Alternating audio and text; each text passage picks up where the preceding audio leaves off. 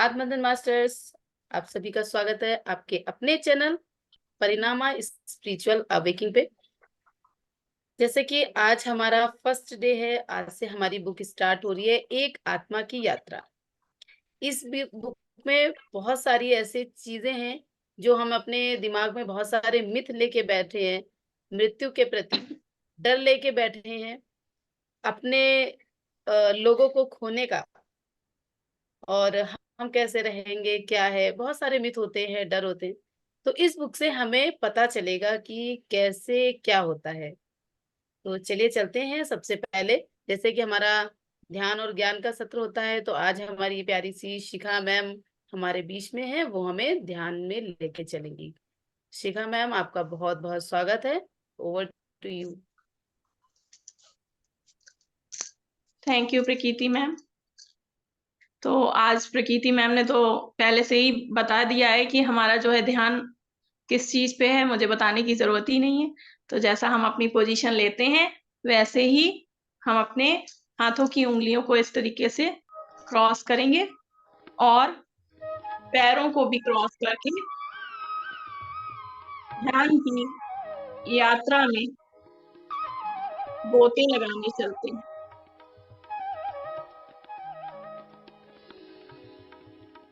ध्यान में जाने के लिए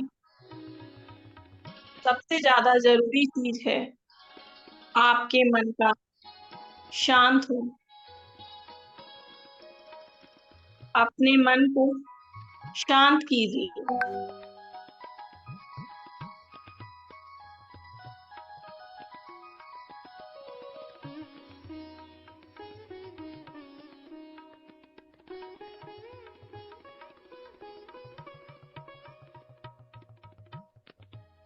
अपनी आती जाती सांसों पर ध्यान दीजिए।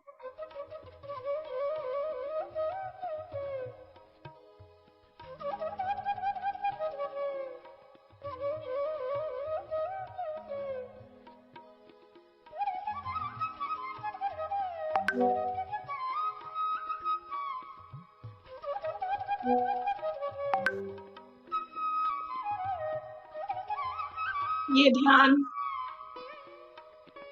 यात्रा पर हम इसलिए लेकर चलते हैं आपको, क्योंकि हमें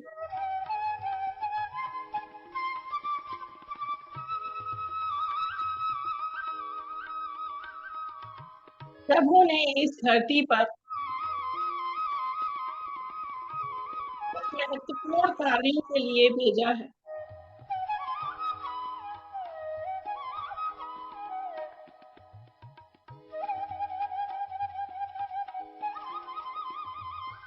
इसीलिए हम ध्यान में आए हैं।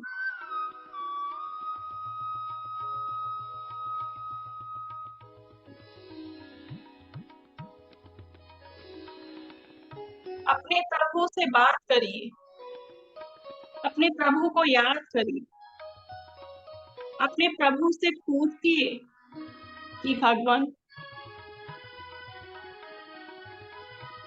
हम जिन कामों के लिए इस धरती पर आए हैं,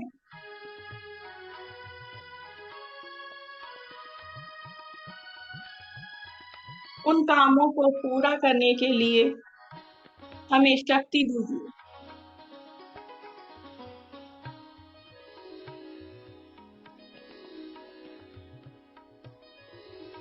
उनसे प्रार्थना करिए।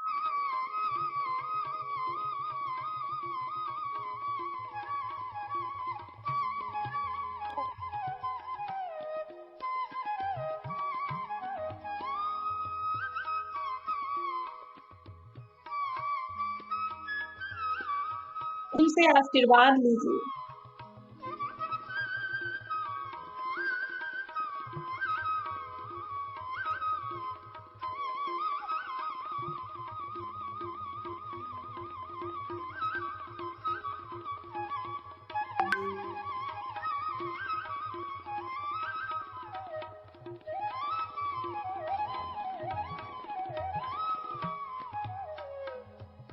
उनसे कहिए कि हम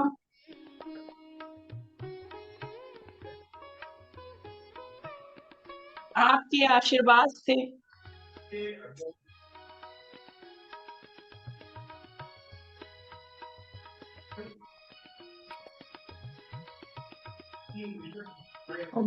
आवाज बढ़ा रहा, मुझे इनको देखना नहीं है, जैसे मैं तो नहीं उन्हें देख, वो हमें तो नहीं देख पाएंगे।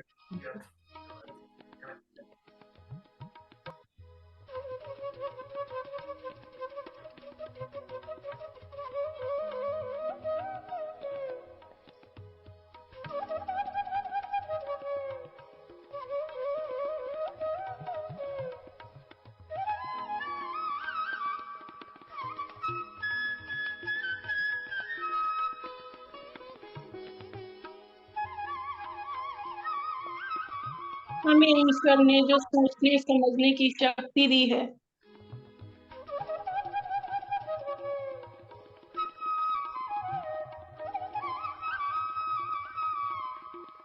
उस शक्ति से हम समाज का कल्याण करें।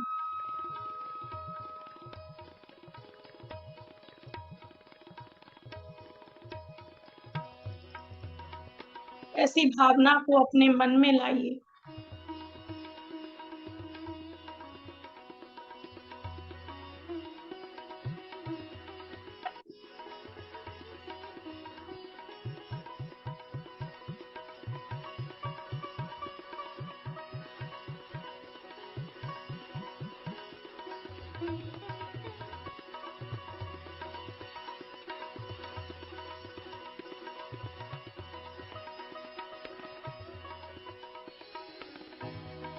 ये विचार कीजिए, जब हम उस प्रभु के पास पहुंचे,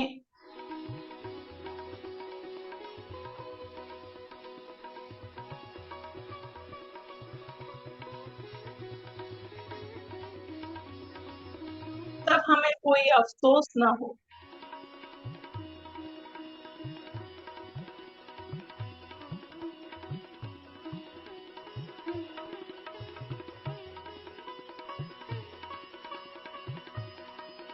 कोई ग्लानि ना हो।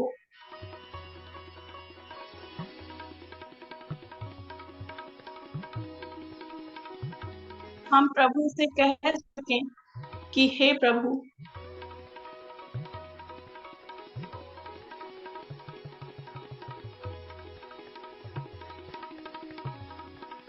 ने हमें जिन कार्यों को सौंपा था, उन कार्यों को हमने आपके आशीर्वाद से पूर्ण किया है।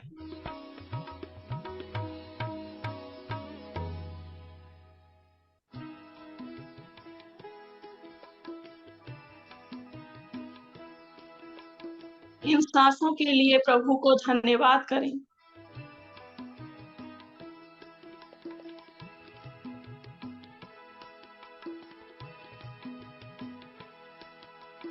इस अच्छी सुबह के लिए प्रभु को धन्यवाद करें।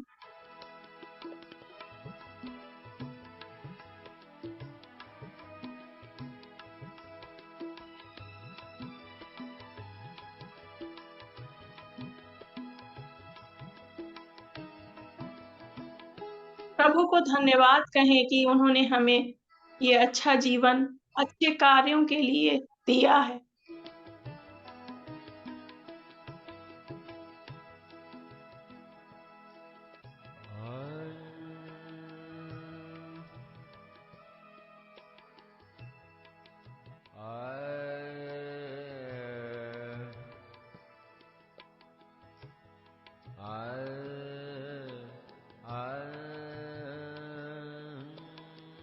अपने ईष्ट के सुंदरतम स्वरूप को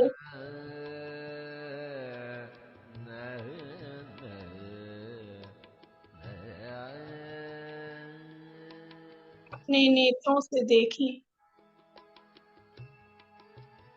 उनकी मनोरम छवि को देखें।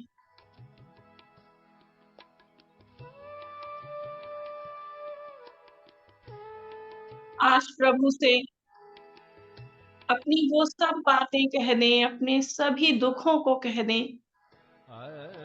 जिन्हें हम अपने मन में समेटे हैं।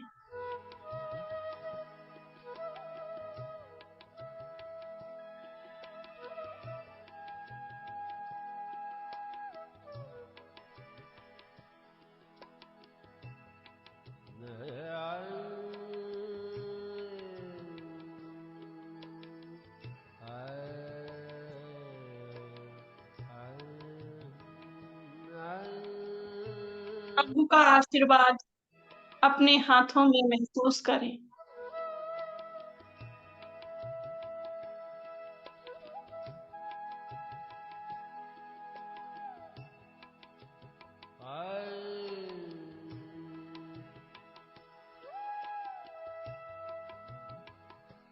अपने कानों में मधुर ध्वनि को महसूस करें।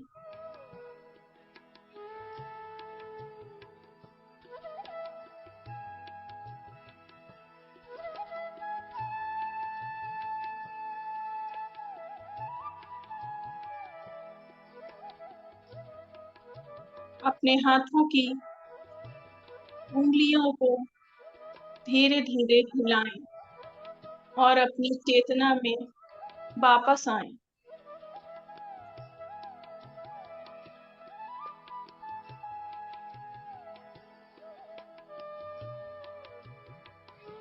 अपने पैरों की उंगलियों को धीरे धीरे हिलाएं।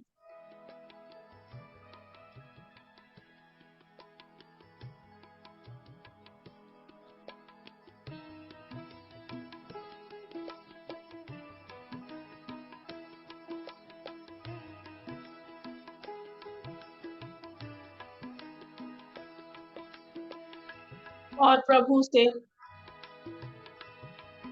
कहें कि हे प्रभु,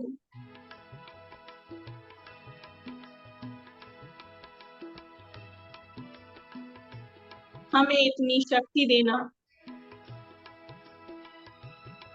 कि हम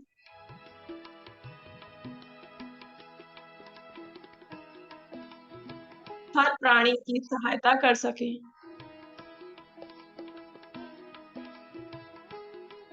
हमें इस लायक बनाइए कि हम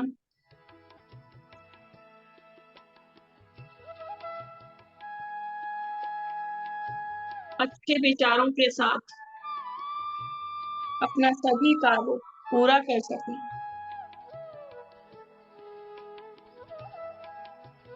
प्रभु के दिए हुए आशीर्वाद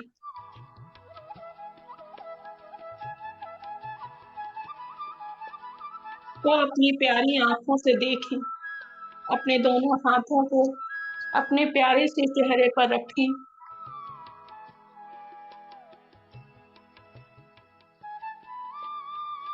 और अब महसूस करें। अपनी आंखों को धीरे से अपने हाथों में खोलें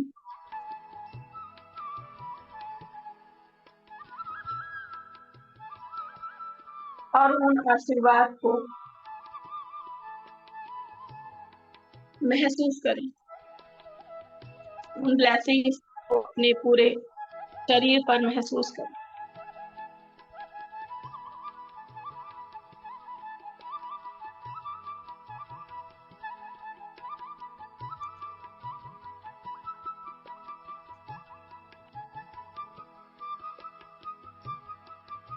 thank you Shikha over ji. To you Preeti. Thank you Shikha ji, thank you so much. बहुत गहरा ध्यान, बहुत अच्छा, बहुत एनर्जेटिक, पूरा मेरी बॉडी में अभी भी सेंसेशन हो रहा है ना। बहुत सुंदर। इसी के साथ हम अपने ज्ञान की ओर बढ़ते हैं। हमारी नई बुक एक आत्मा की यात्रा, और इसके लिए मैं इनवाइट करती हूँ हमारी प्यारी सी नम्रता मैम के लिए। Namrata ji, over to you. Thank you so much, Prakriti ji. Thank you for inviting me. And शिखा जी, बहुत ही ऊर्जा से भरा हुआ ध्यान, इतना ज्यादा हम अभी भी सेंसेशन, प्रकृति इज एब्सोल्युटली राइट, वो हम महसूस कर पा रहे हैं। और इसके लिए आपको अनंत कोटि धन्यवाद, शुक्रिया, बहुत बहुत शुक्रिया इतना प्यारा ध्यान कराने के लिए। और जैसा कि प्रकृति जी ने अभी हमें बताया है कि अब हम एक नई बुक को लेके आए हैं, अ सोल्स जर्नी बाय पीटर रिशेलू। और इसको हिंदी में जो अनुवाद किया है, एक हमारी चंडीगढ़ की डॉक्टर संतोष कालरा मैम है, उन्होंने इसको हिंदी में लिखा है एक आत्मा की यात्रा। तो ये बहुत सुंदर बुक है, इतनी सुंदर है। सबसे बड़ी चीज मैं बोलूंगी कि इस बुक को पढ़ने के बाद 99% लोगों के दिमाग में जो एक मृत्यु का डर है ना कहीं हम एक ऐसे उसमें रहते हैं, एक उलझन में रहते हैं, हमें हमेशा मृत्यु से डर लगता है ना। तो ये सभी डरों को हमारे माइंड में जो हमने अपने ब्लॉकेज बना के रखे हैं, जो हमने एक अपनी मान्यताएं बना के रखी हैं, उस सभी डरों को इतना सुंदर तरीके से बताता है ये बुक। तो ये बहुत ही सुंदर बुक है। तो अब मैं इस बुक का इंट्रोडक्शन आपको कराती हूँ, सो दैट कि आपको और इसके बारे में क्लैरिटी मिले, क्योंकि टाइटल से तो आपको लग रहा होगा, मैंने कल पीडीएफ भी शेयर की है आप लोगों को। आई होप कि आप सब लोगों ने उसको रीड किया होगा। अगर ना रीड किया हो तो प्लीज उसे रीड जरूर करें, बहुत ही सुंदर किताब है। सो हमारे जो राइटर हैं पीटर रिशेलू, है ना, इनके जीवन में भी एक बहुत बड़ा दुख आया। जब इंसान के जीवन में कोई दुख आता है ना, तभी उसको कुछ उसकी लाइफ में एक टर्निंग पॉइंट आता है। वो तो ऐसा हुआ कि पीटर के एक छोटे भाई हैं जिनका नाम है चार्ल्स।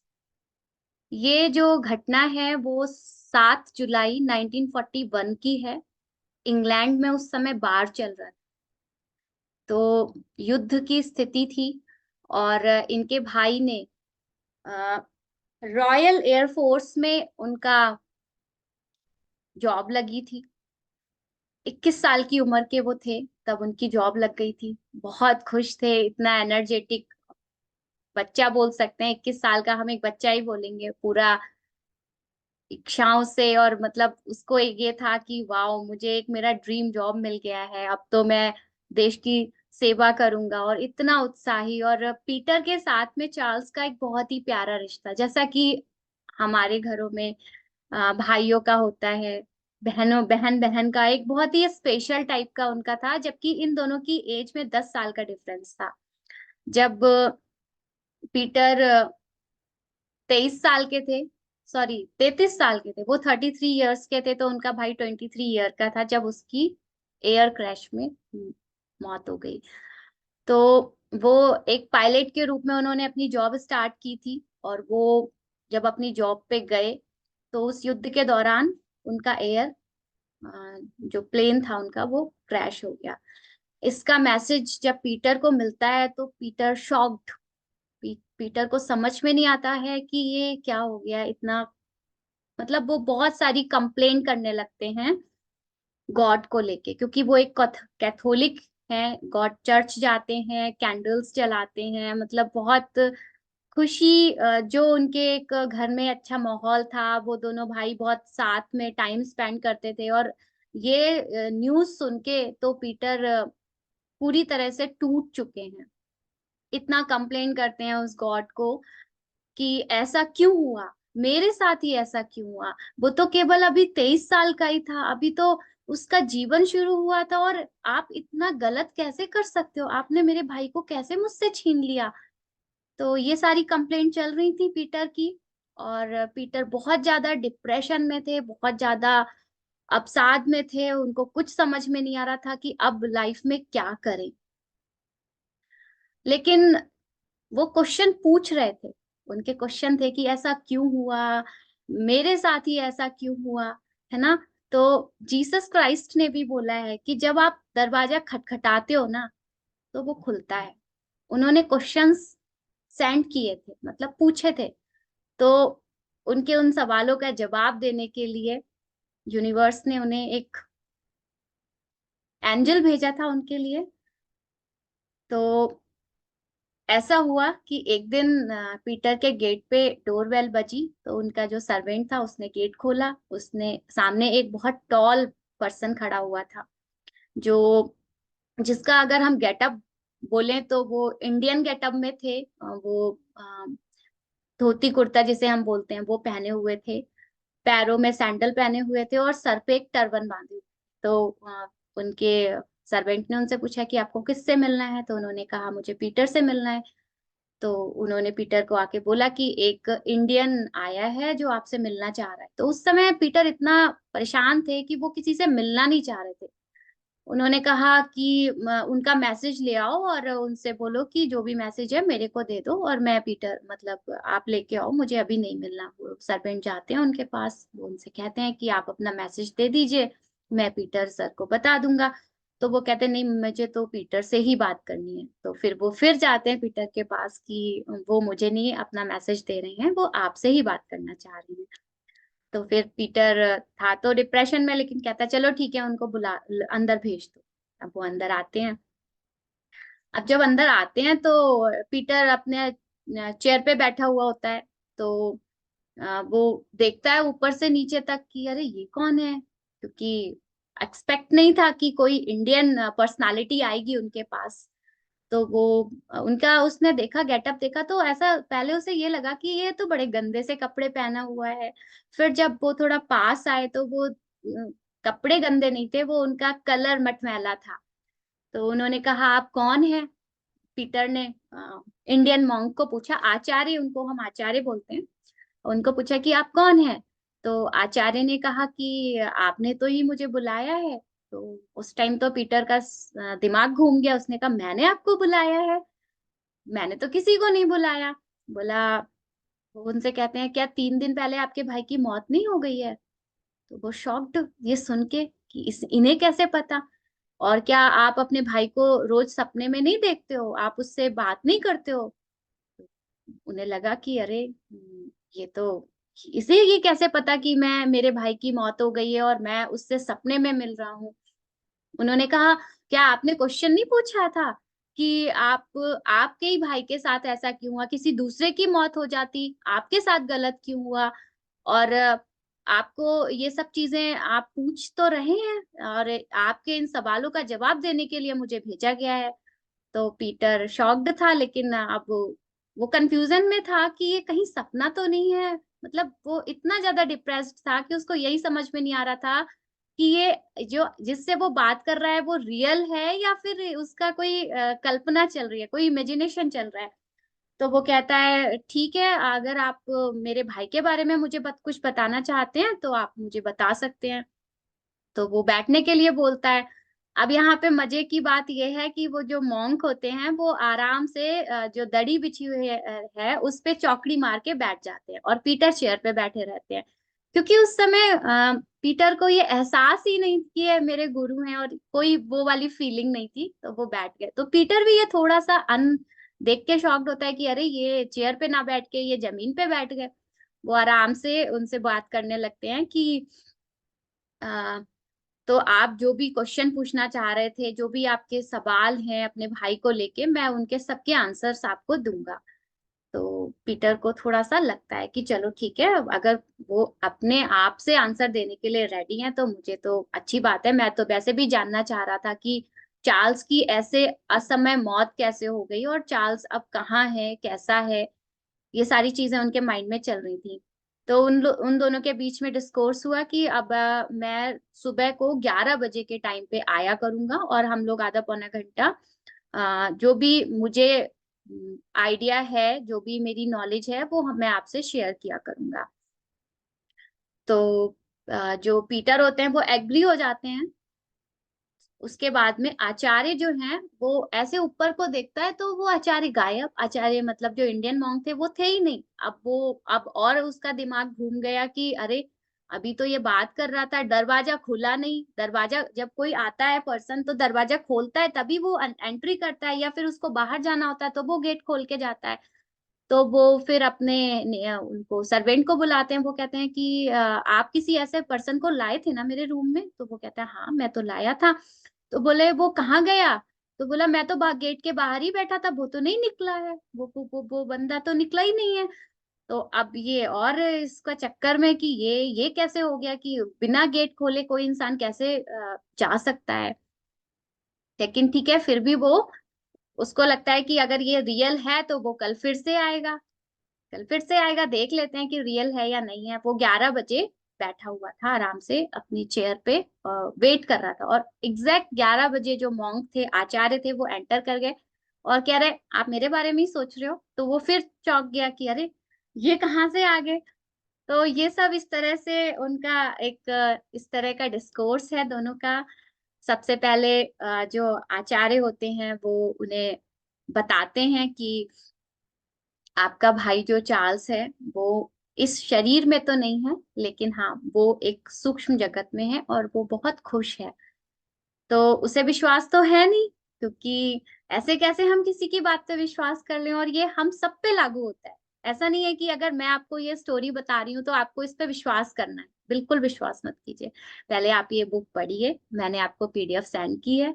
आपको स्टार्टिंग में बोरिंग भी लगेगी, क्योंकि ऐसी ऐसी चीजें हैं जो हमें लगेगा अरे ये तो पता नहीं क्या है, लेकिन चैप्टर 4 से इसका इंटरेस्ट आपको डेवलप हो जाएगा और एक कहते नहीं चस्का लग जाएगा, है ना, बुक का कि इसमें क्या है।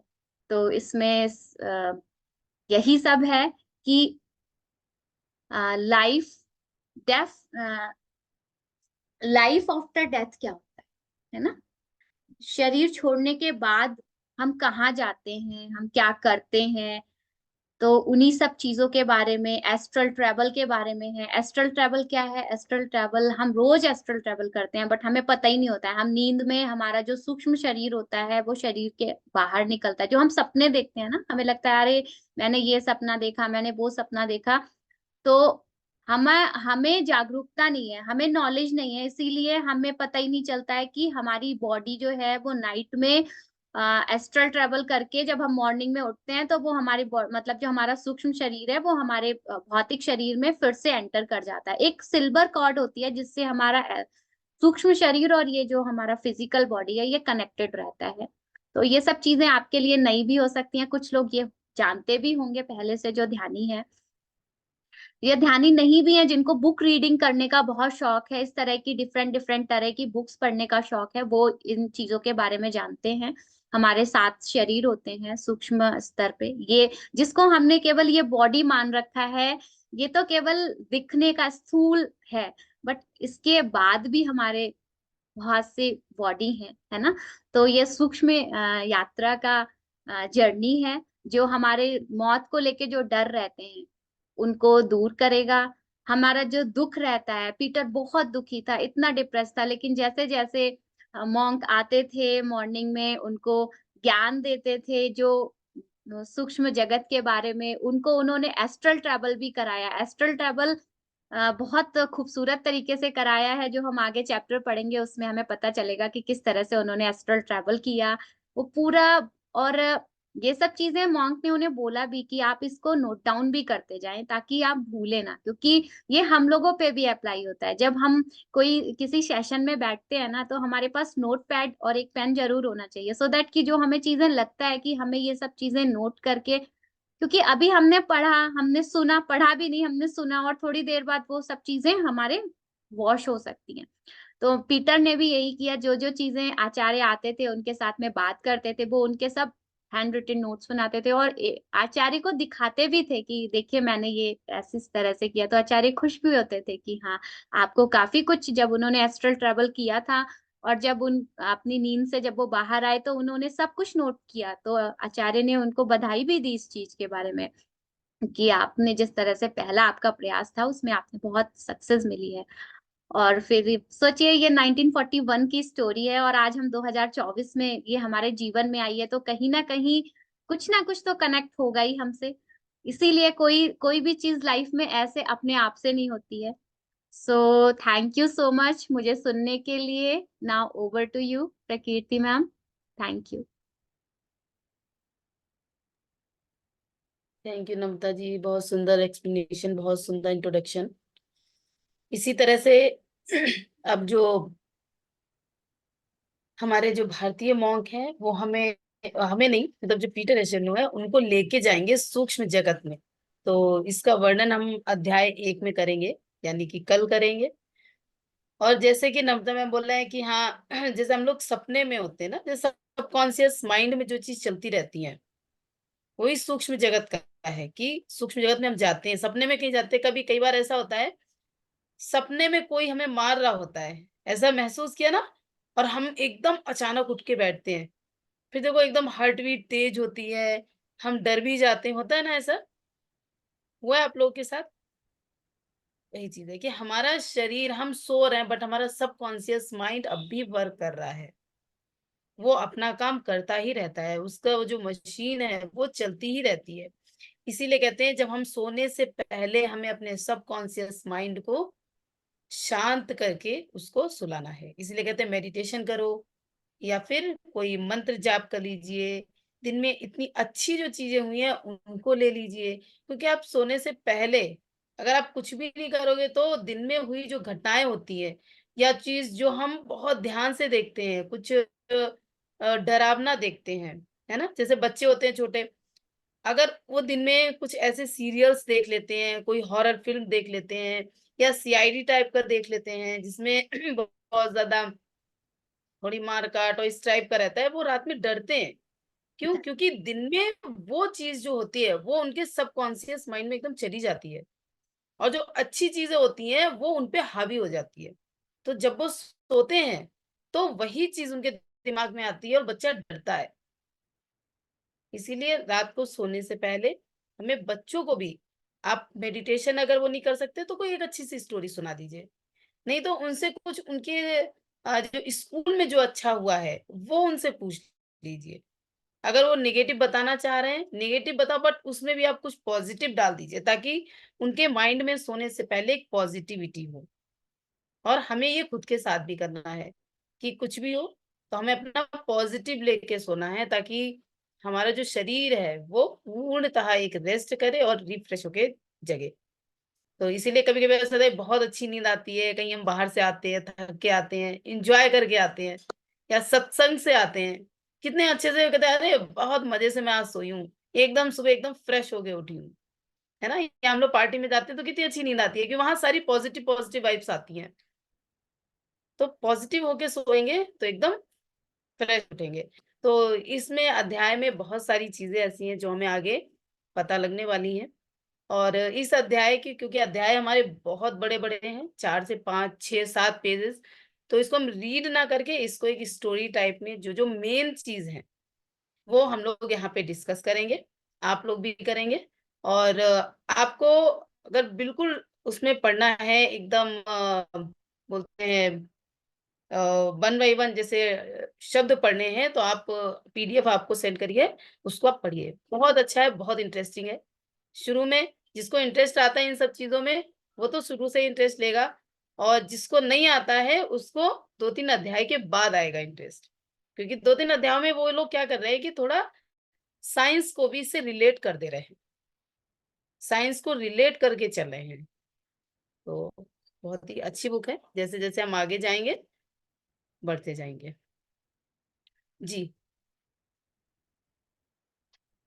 किसी का कोई क्वेश्चन अगर हो कुछ तो? क्वेश्चन नहीं है प्रकृति, ये थोड़ा-सा कुछ बताना चाह रही थी। जैसे हमारा साइंस में कहते हैं ना कि हमारे जो दिमाग के ना 2 हिस्से हैं, 2 पार्ट्स में डिवाइड है हमारा माइंड। तो कभी मतलब सिग्नल जो है हमारा, हम ये सोचते हैं कि हमारा दिमाग सब बोल रहा है, सब कह रहा है, बट ऐसा नहीं है। हमारे दिमाग में 2 साइड से सिग्नल जाते हैं। तो एक साइड में केवल सिग्नल आता है, दूसरा साइड हमारा जो है वो क्या करता है, वर्क करता है उस सिग्नल पे। उसको सुनाई नहीं देता है, इधर वाले को सुनाई देता है, मीन राइट साइड वाले को सुनाई देता है। तो मैं ये कहना चाह रही हूँ कि राइट साइड से जब भी कभी भी मेडिटेशन में बैठें, तो राइट साइड से ज़्यादातर आप आवाज़ों को सुनें। अपने अंदर से जो आवाज़ें आती हैं ना, उसको इस साइड से सुनें। इस साइड से सुनने में ऐसा ही होता है ना? म्यूट कर लीजिए। यस शिखा।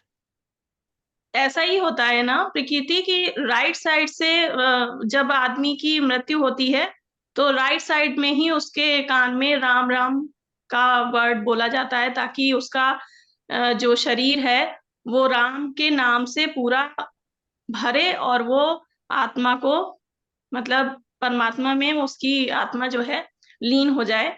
तो ये मैं बताना चाह रही हूँ कि राइट साइड से आप कोशिश करें कि आप एकदम सचेत रहें कि राइट साइड से ही हमें अपने अंदर की, मन की और सारी आवाजें राइट साइड से ही सुननी है। यही बताना चाह रही थी बस। Thank you.